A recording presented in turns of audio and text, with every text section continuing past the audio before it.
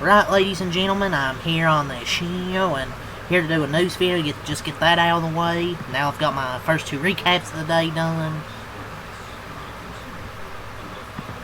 So for NFL, start with the NFL news. So the Raiders, they request permission to interview Panthers defensive coordinator Ejiro Evero for their head coach vacancy. Though Panthers fans will fly him out. Like, why are they interviewing all the dog shit coordinators? They interviewed Matt Nagy. Well, I would say Evero's dog shit. They have more talent this year. It's just, he plays soft coverage on the last drive. Did they not see that last drive yesterday? Man, let's interview this guy. The Falcons, they have interviewed Kevin Stefanski for their head coach opening. So another team that is interviewed for Kevin Stefanski. The Bills beat the Jaguars 27-24 in the wild card game today. So NFL's 3 for 3 so far as postseason. Full list of inactives for the Eagles.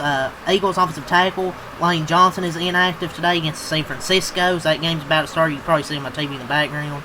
But Eagles, Lane Johnson's inactive. Really the main guy here that's inactive, honestly. There's the full list of inactives, but the only notable is him. 49ers offensive tackle Trent Williams is active today, but Ricky Pearsall is inactive. Really the two notables, kind of on the injury report. Trent Williams will play, Ricky Pearsall will not. Rams offense coordinator Mike LaFleur has been asked to interview and will this week for the head coach positions in Las Vegas and Arizona. So Mike LaFleur will interview for some head coaching positions. The Las Vegas Raiders and Miami Dolphins are requested to interview Packers defense coordinator Jeff Hafley for their head coaching positions. Per source, that will be 5 requests and counting for Hafley. Packers left tackle Ikem Ekwonu suffered a ruptured patellar tendon during Saturday's playoff loss. The injury will require surgery and threaten his availability for the start of next season at least.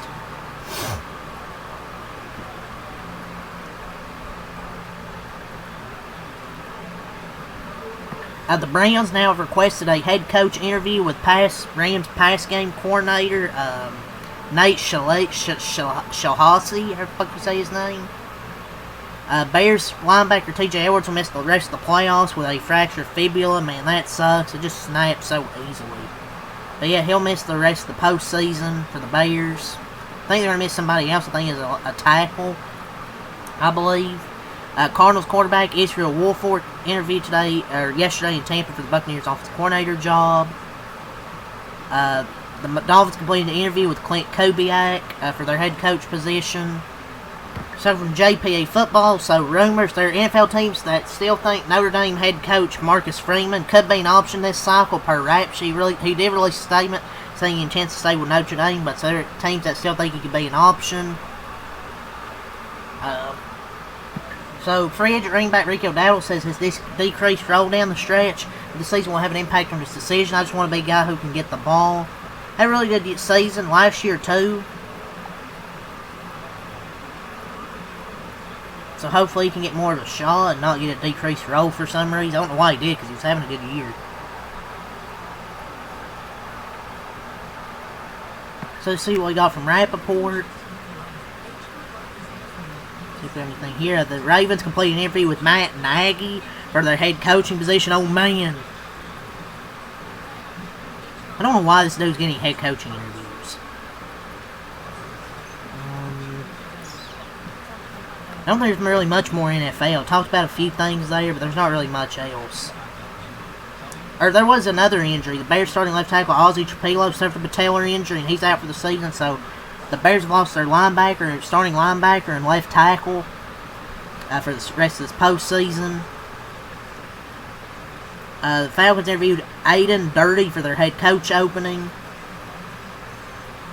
So let's move on to NBA news. We have 2 things here from Shams. So Orlando Magic forward Mo Wagner will make his season debut in Sunday's home game against the New Orleans Pelicans. So he will return from his injury. The NBA has suspended Sacramento Kings guard Dennis Schroeder for 3 games for confronting and attempting to strike another player 40 minutes after the Kings lost to the Lakers in Los Angeles on December 20th. Apparently the player was Luka Doncic. I guess he was trying to I guess, punch him or something, attempting to strike him. And apparently DeAndre Ayton had to get involved. I think Lucas said something like, should have signed that contract, baby, when he didn't sign a deal with the Lakers in 2022.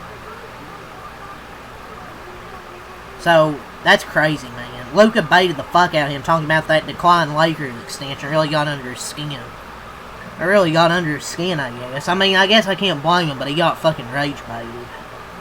I mean, to be fair, he should have signed that extension. I mean, it's like, what, $85 million or whatever? But from NBA Central, now let's get to the news here. So, the Knicks have made Gershon Yabusele available in trade talks. Yeah, I don't know if he made trade for him. He barely plays. The Milwaukee Bucks, they're showing interest in John Morant and Zach LaVine, part of the Milwaukee Journal-Sentinel. I could see him showing interest in these two players, but I don't know if that's really going to convince Giannis to stay. I don't think he's going to get traded regardless, honestly. If they're going to move him, I think it would be during the summer. I don't think they would do it at the trading deadline. The Kings are not expected to pursue John Morant unless Memphis is willing to accept a package including DeMar DeRozan, Devin Carter, and draft capital, per the Stein line. The Kings just need to completely rebuild. Don't do this.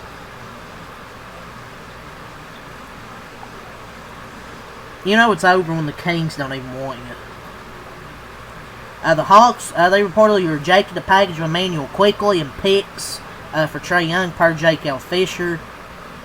I get it, because I don't think Emmanuel Quickley has a great contract. I don't know if it's the worst contract in the NBA, but it could be up there. It's not even the worst on the team.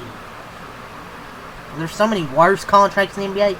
It's not the worst, but it definitely ain't great. So I see why they didn't reject that.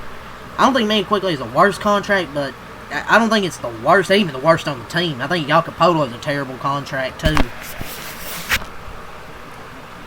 Yeah, they rejected that. But I think that's all for NBA here. So let's get to MLB. So finally, ladies and gentlemen, we have a star signed. This happened last night. The news comes out. Now, there ain't been much happened the last few days in baseball. Then we get the bombshell during the Bears playoff game last night. Out of Chicago, we get the news from Jeff Passan. Breaking! Third baseman Alex Bergman and the Chicago Cubs are in agreement on a free agent contract. Sources tell ESPN it drops about like 10:30. I'm like, the NFL playoffs are on and we get this news? I'm like, what? So Alex Bergman's going to Chicago Cubs to help that lineup. The stove got hot last night, but Red Sox fans I saw were heated. They were saying fuck you to Craig Burslow and the Red Sox organization. Just when you believe the Red Sox wanted to win again, they let him go. And he goes to Chicago Cubs during the Bears game. Which is wild.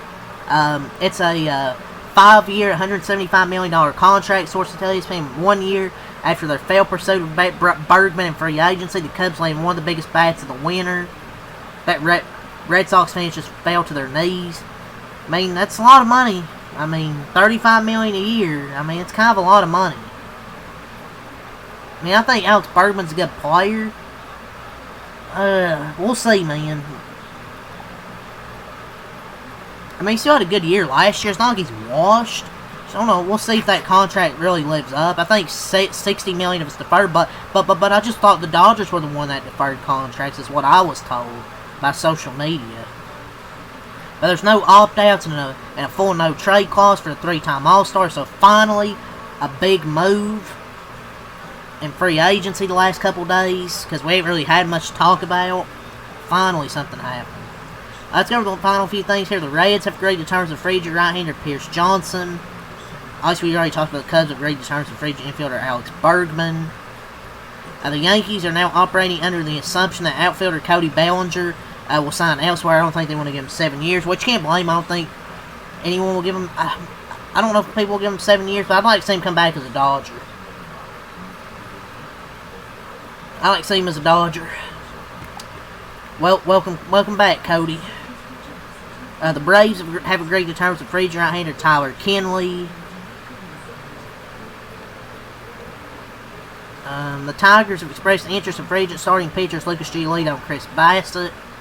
The Rockies acquired Jake McCarthy from the Diamondbacks for right-hander Josh Graz. The Cardinals agreed to terms with Ryan Stank. Nick Madrigal and the Angels are in agreement on a minor league contract. I think he has like a spring training invitation or whatever. But yeah, I think that's it for baseball. We've got through NFL, NBA, MLB. Let's move on to wrestling. I'm not going to do NASCAR because I'm going to save that for tomorrow when they announce the playoff format. Save that for the news to give my thoughts on it. So let's move on to wrestling to call a video. So, let's talk about wrestling. This is via Body Slam Net. Let's get to start with WrestleOps. So, Jay Parker will reportedly be returning to NXT TV soon. I didn't even notice she was away. I mean, I don't really watch NXT, not the entirety while it's on. I didn't know really why she was. Is she hurt or what? I don't know why she's been off TV. Maybe she's been hurt. I would assume injury. But yeah, she'll reportedly be returning to NXT TV soon. So Monday Night Raw will have an early start time of 2 p.m. Eastern, 7 p.m. in the UK as it airs live from Germany.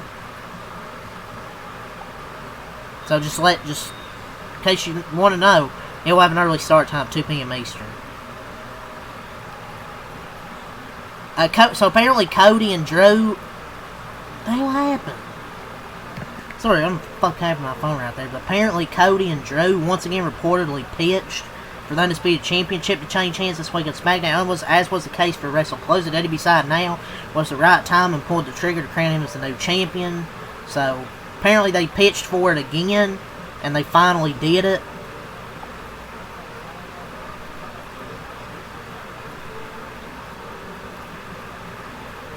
And Cody's reign continued 159 days. Drew McIntyre shared a picture of him in bed with his newly won Undisputed Championship. Yeah, that's all for the news in this video. Covered NFL, NBA, MLB, wrestling. So, yeah, leave a like, comment, subscribe for more. Till next time, I'm out. Peace.